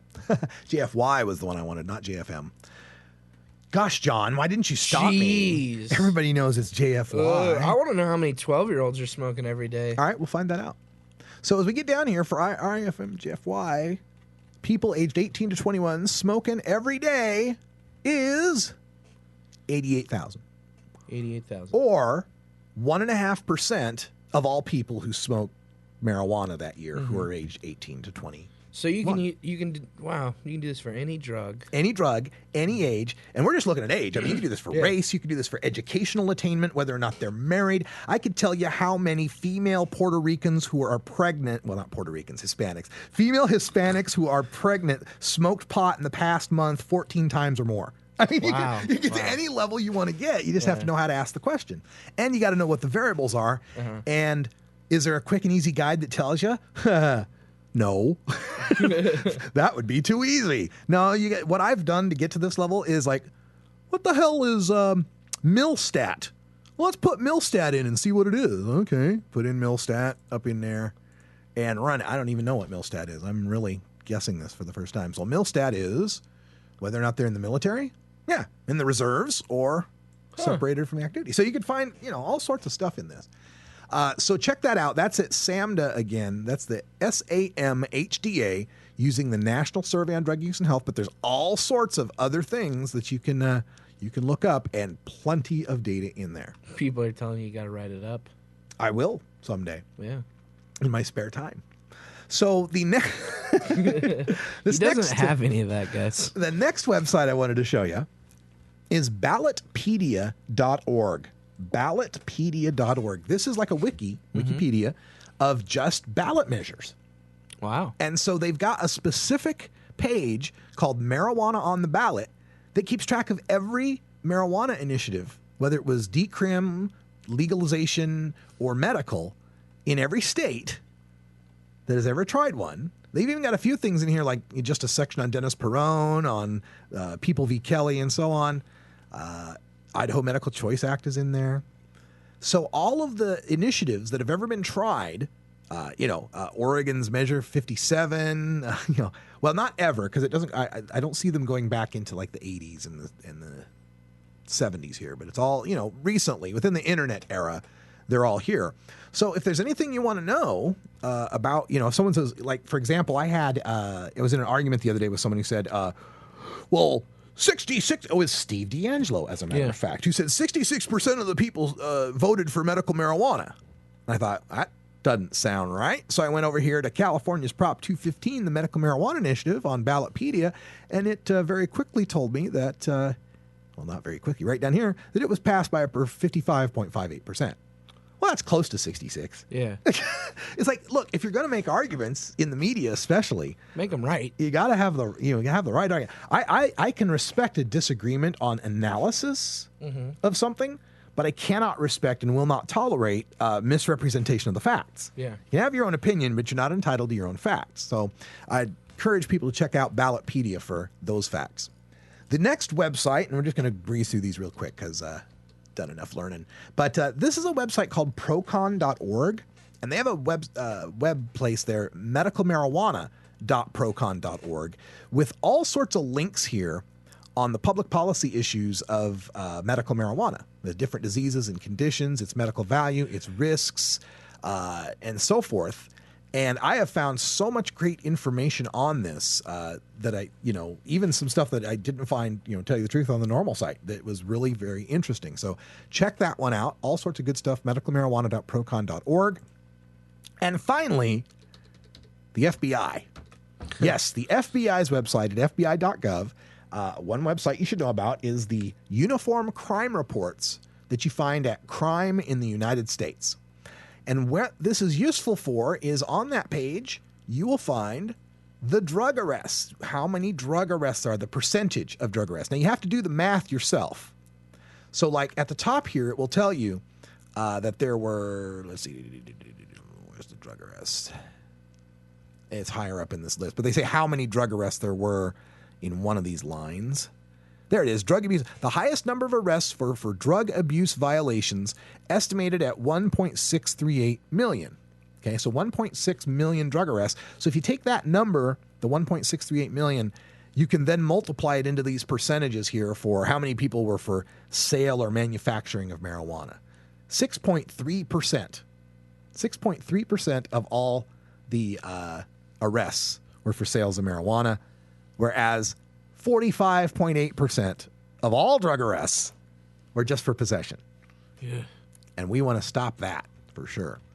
Other things that you can find out here, a lot of the DUI debate is going on right now. And if we scroll to the right here, you'll find the raw data tables of crime in the United States. And I'm just going to scroll down to this last one. Now, they do have a guide for this one. They do have a table guide to tell you what's in each table. Oh, yeah. Or if you hover on them, it'll tell you. But arrests by state. So picking out arrests by state gives us a very large table where we can see that every state, we'll start with Alabama there, for juveniles under 18 or for everyone combined. And this goes from everything from all arrests, all arrests in Alabama, 155,000 that year, to separating by violent versus property crime, all the way across here. And you can get into DUI and some other. I have to scroll down all the way there to get the rest of them, sorry. But let me get that across. There we go. We'll put it back up there. So all the way across to finally the last couple of columns where there are the drunkenness and the driving under the influence numbers. So if you need those in any of these debates coming up, this is where you find it. FBI.gov, crime in the United States. So there you have it, a look at some of the data that are available on the web for those of you trying to make these arguments.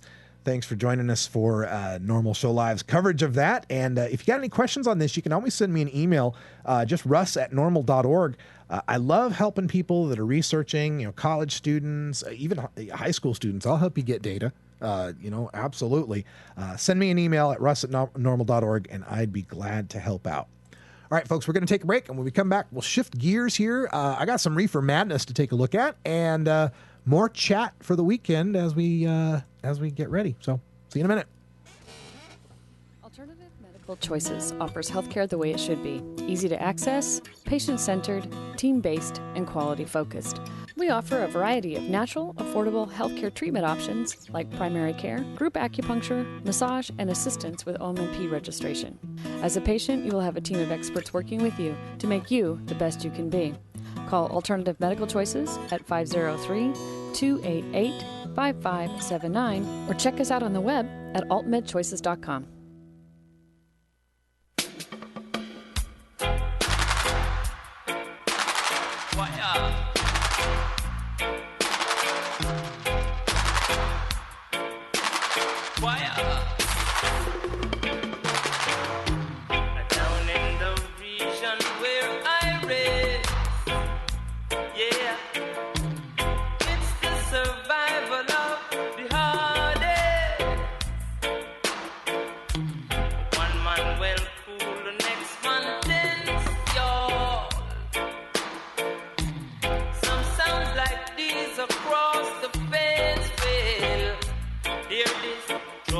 they trouble me. No, I woulda just flash me thing. Bubble you, they bubble me. Yes, you know, forward in a me ring. Trouble you, they trouble me. No, I woulda just flash me thing. Bubble you, they bubble me. Yes, you know, forward in a me ring. You deserve it.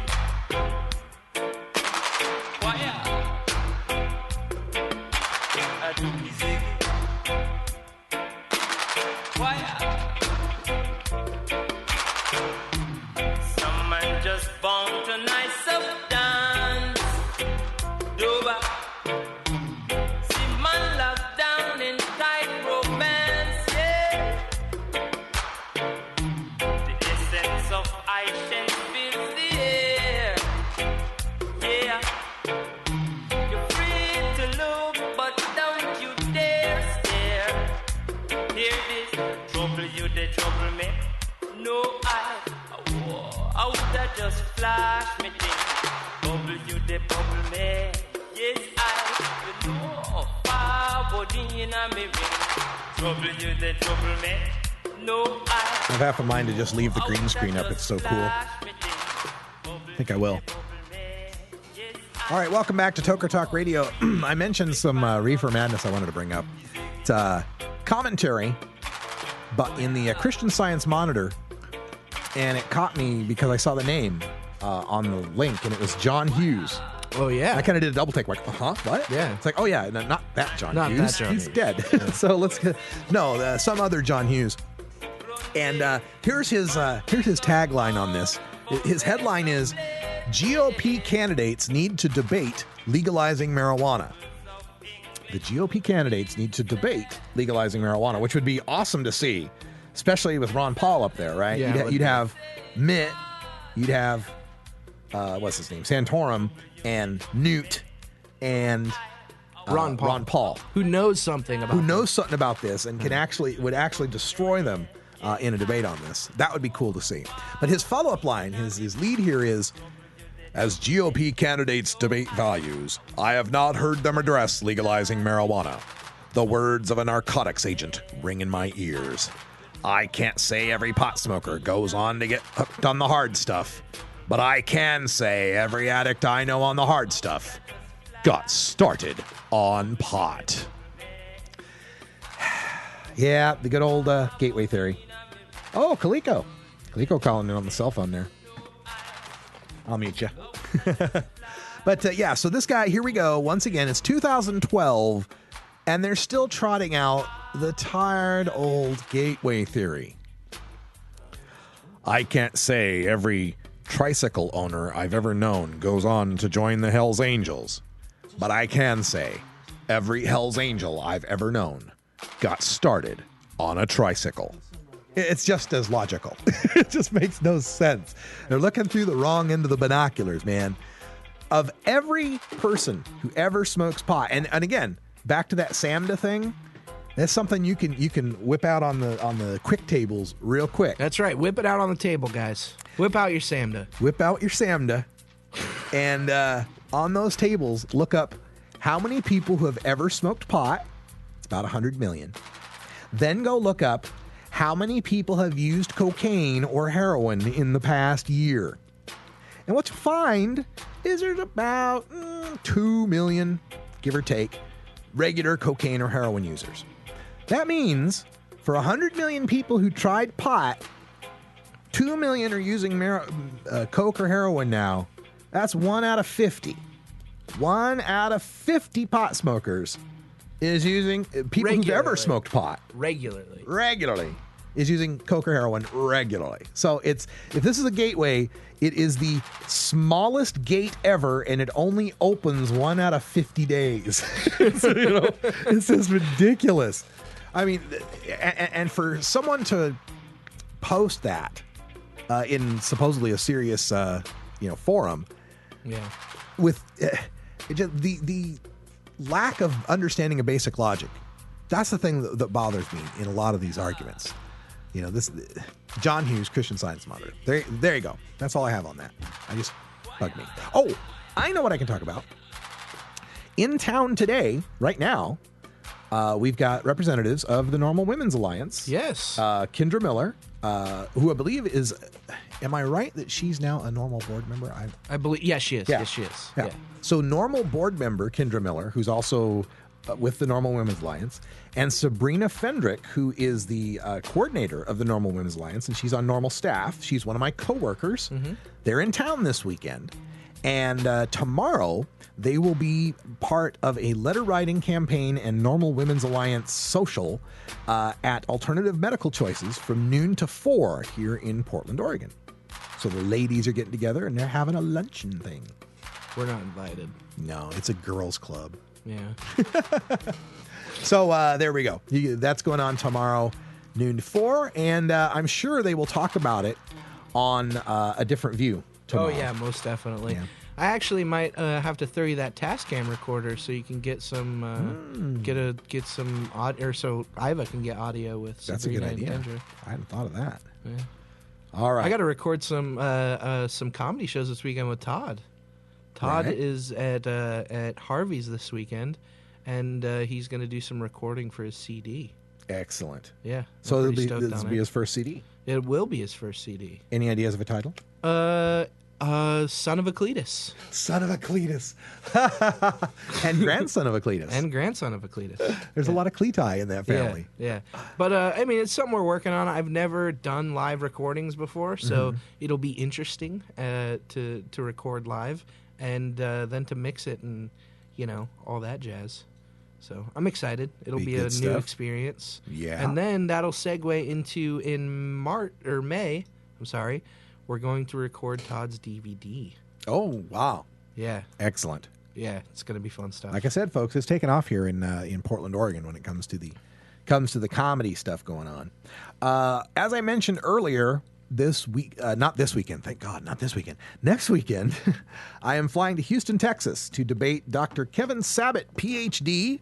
He was a former advisor to drug czar Gil Kurlikowski, worked for the ONDCP, and now I think I don't know if he's working for a think tank or if he's working for something that's associated with drug rehab industry, I think. I'm sure. Not sure exactly what it is, but I'll look it up. Yeah.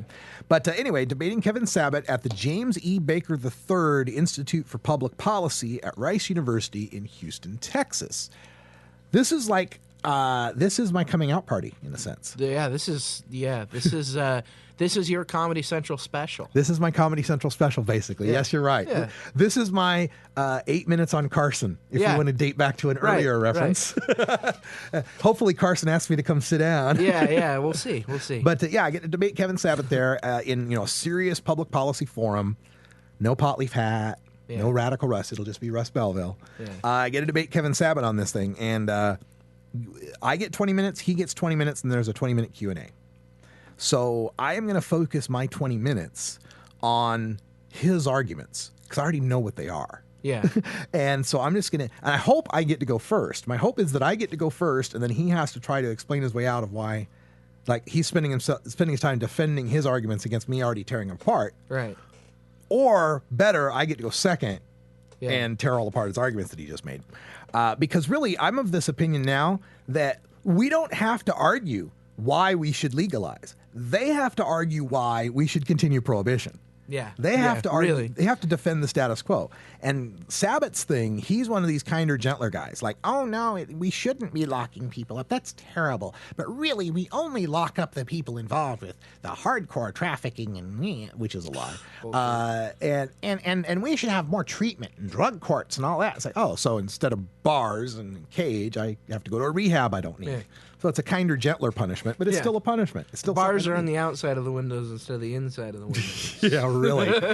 Really. So I don't need none of that. So anyway, that'll be going on March 9th. I hope to have live streaming of it. If not, I hope to, I will record it and bring it to you on the show. But that means no shows Thursday or Friday because I'm flying out Thursday. Rick Steves will be there Thursday, and I think he's giving a talk, and then we're all having like a VIP dinner afterward. And then the next day is the day-long conference. So I'll be checking that out. We got a call coming in here, so let's go to the phones. We got someone from our own area code, 503. You're on the air with Toker Talk Radio. What's on your mind? Hey, Russ. This is Steve. Hi, on Drive. I just sent you guys an email. Costco's doing a poll now to legalize marijuana, and Ethan got a 2-bit slot in that magazine as well. But NORML is mentioned as one of the contact points for more information. Right on. This is Costco's what, magazine? The magazine they send out every month. Yeah. I was really shocked to see that. Well, I think maybe they sense there's some money to be made there. It could be. You think we could have it at Costco someday, eh? Well, I don't think that we're going to have it at Costco. I don't think marijuana will ever be sold at Costco. But I think that the hydroponic industry and the grow industry, there's a completely untapped market there. Because if I could go there and buy a hood for less than $100, and I could go in there and buy, my lights on the regular, just like I buy my ink or anything like that, it could open up a whole garden center for Costco's in reality. I can just see it. And those little boxes, that they made out of the reflective material that have all the zippers on them that you could put plants in every the grow direction. tents and stuff like that. All that stuff you would be able to buy at Costco, and I think that they see that. I sent it to the Gmail. Yeah, and I sent it to the Gmail. You got it? Yeah, I think so. And the thing is it doesn't. They don't want to get into the marijuana industry. Not many people do. No. They want to get into the industries that sprout up because of it. It's a plant that sprouts many businesses. Like they said during the gold rush, when there's a gold rush, it's a good time to be in the pick and shovel business. Yep. It sure was. All right. All right. Well, I think if you could spread those websites out, we can maybe move that poll number up a bit. Absolutely. All right. Thanks so much. All and right. we'll get that information out. Thanks for giving us a call. Appreciate that. And so check that out. Check out our polls that we got up at the Stash blog too, stash.normal.org. We're going to take a break, and when we come back, we'll wind things up for the week and get you ready for the weekend. This is Normal Show Live. Marijuana and alcohol are the two most popular recreational drugs in America. Marijuana smoking is non-toxic, relatively safe, and has a low risk of dependence. Alcohol drinking is potentially fatal, dangerous to society, and is quite addictive.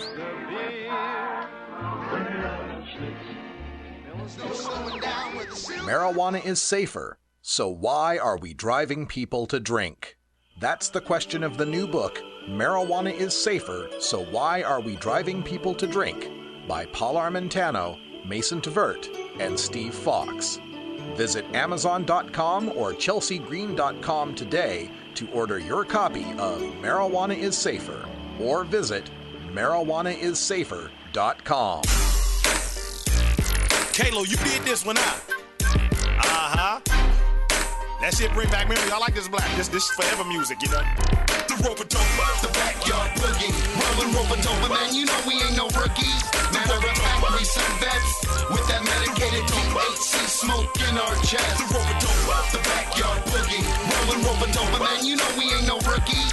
Matter of fact, we some vets with that medicated THC smoke in our chest. The rope-a-dope, the collard greens, the okra, the medical marijuana, one line smoker, money longer than an anaconda cannabis blower, green grower, weed roller, tree choker, heat holder, street idol, hunting rifles and big barrels, hella titles, arch rivals and bow and arrows, bullseye like the barbecue sauce, knock a head off if I must, never been soft, put him in the dust, I'm a fucking boss, the only one I trust, never took a loss, there's money on my mind and my money won't quit, that's why I ride around with a 30-06, up and down the half hustling trying to get rich, in and out of Teddy with a bad bitch, old school Lord, souped up motor, beating on my heart, smoking some rover, the backyard boogie, rolling rope-a-dope, man, you know we ain't no rookies, matter of fact, we some vets, with that medicated THC smoke in our chest, the backyard boogie, rolling rope-a-dope, man, you know we ain't no rookies,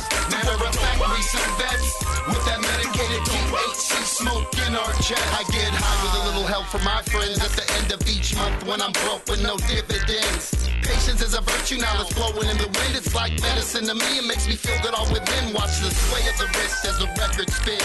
My body's in a trance and my neck just swings. Slip dipping old school 75th, medicated to the highest off the driest split. Motor switcher, let's play the switch. Back and forth and back to them old school zigs. Zags all pure now, you can taste it. another bowl, roll another please. Welcome back, everybody. That's Ignite. So pleasing, taste so good. Digging that tune. That's Backyard Boogie.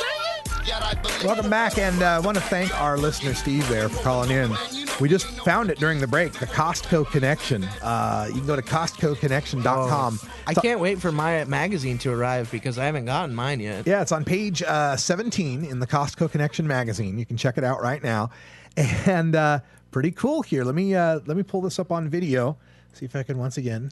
My favorite part about this is it has a little mouse and it says more on this online, and the first link is normal.org. Yep. Loving that. Thank you, Costco. Appreciate it.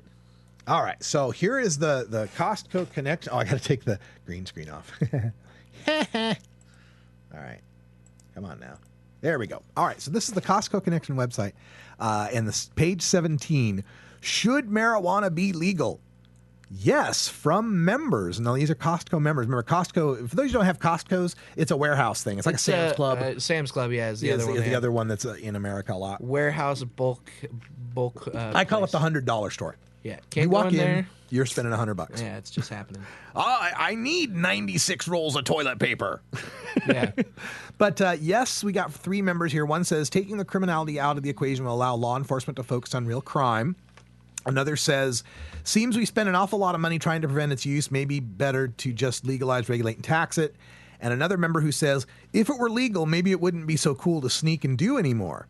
Now, the no side comes from one who says, marijuana is not a harmless drug, no matter how many people say so. It still kills brain cells and literally makes you dumber. Literally makes you dumber. Literally. You know, after Carl Sagan smoked pot in the late 1950s, he never had another brilliant thought ever again. Not once. Because he got dumber. Imagine how smart he would have been had he not smoked pot. He'd have found the grand unified theory. He probably could have beat death. Could have beat death. Yep. And then the next person says, marijuana is still a drug and will just encourage more people to smoke it for the mere pleasure of stimulating the mind. Yeah, go have a beer. Buy it at Costco. Go buy it at Costco in freaking bulk. And then Tom Pribble of Blaine, Minnesota says, if it was supposed to be legal, it already would be. Wow. If women were supposed to vote, they'd already gotten a vote. If black people were supposed to be free, they'd already been free. Jeez. Oh, my God. All right. So, and then, yeah, find out more about this topic on the web. First link, normal.org. Love it. Love it. All right. And then as we scroll up, here's their thing on it. They say, should marijuana be legal? Although the use, sale, and possession of marijuana is still illegal under federal law, some states have recently created exceptions for medical use of marijuana, and a recent Gallup poll of Americans showed 50% support legalizing it completely. Supporters say that by legalizing what they describe as a useful and relatively harmless substance, we could reduce the profits of criminals, direct our law enforcement dollars to where they would do more good, and benefit from a new source of much-needed tax revenue. Critics counter that legalizing marijuana is bad public policy because the drug is addictive and poses significant health risks. They predict a variety of consequences if marijuana is legalized, including increased use by minors, additional drug trafficking by criminal syndicates, and an increase in crime. They say the social cost of legalizing marijuana will dwarf the meager taxes raised.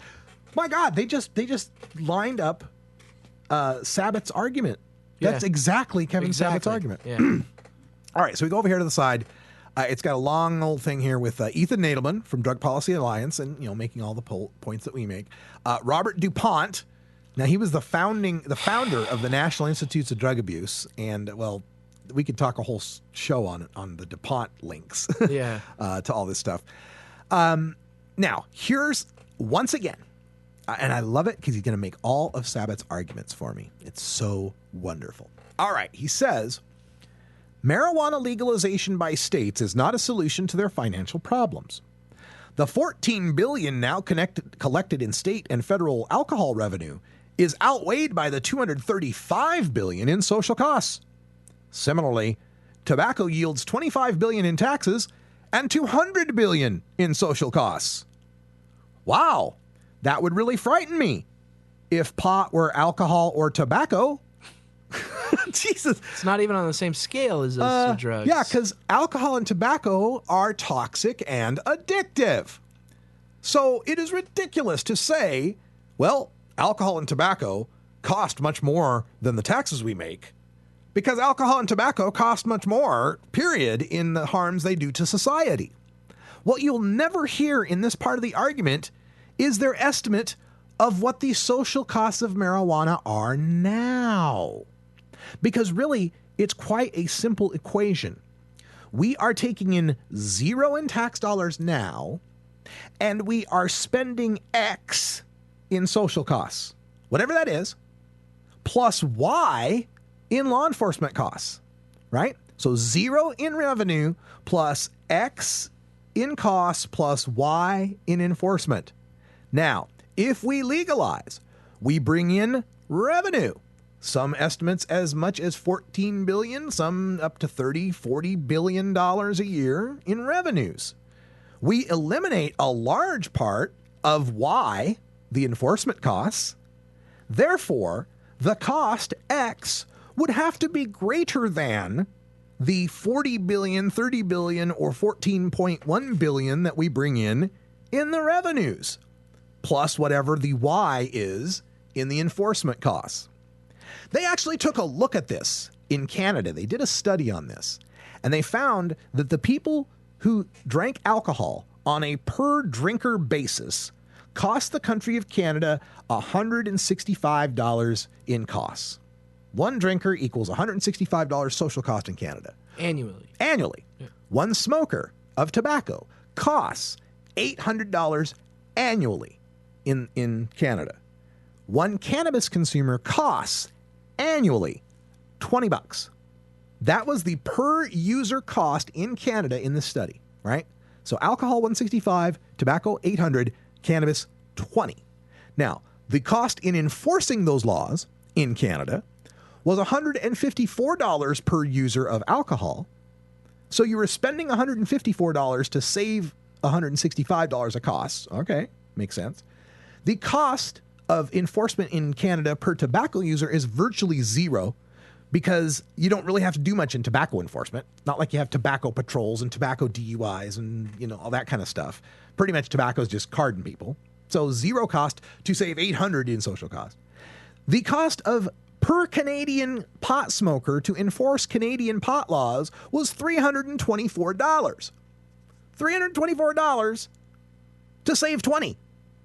That's what there doesn't make sense. So I'm so glad that that's in there because that's just the stupidest argument. Another stupid argument here. Legalization will not stop the drug cartels. If marijuana were legalized, they would continue to make billions from other drugs.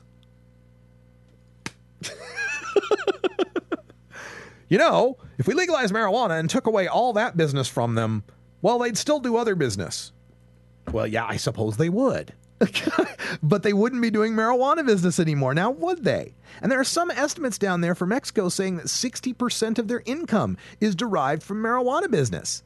You hurt any businessman by taking 60% of his income away. And in this case, we're talking about businessmen who like to buy automatic weapons, behead people, put drills to their temples and their kneecaps, and hang them headless from bridges under banners taunting the police. Yeah, let's take away 60% of their income. Let's do that. I think that's a good idea. And the other thing this depends on is thinking that, if we legalize marijuana, why, they'll just go do other drugs. They'll sell other drugs. They'll traffic in meth. They'll traffic in coke. Well, yeah, I imagine they will. I don't know who they're going to sell it to because all of us get in the pot. We're not going to be buying it. It'll make no sense. Drug warriors. Anyway, if you go to this website, Costco Connection, there is a vote on the side. Click here to vote. I'm going to go do that. Let's see how the vote's turning out. Should marijuana be legal? I'm going to say yes, John. I said yes. Okay, let's submit. I voted. Submit and see the results. Wow. 87.4% of the voters on the Costco survey think marijuana should be legal. Thank you for participating in our survey. All right, folks, that's it. I'm Radical Russ, and he's Ganja John, and there's nothing you can do about it. Live it like it's legal, everybody. We're going to call it a day. Stay tuned later. I'll be here live with Herb Thrasher for NORML Rocks. A couple of great shows coming up next. And until next time, take care of each other, tokers. Really?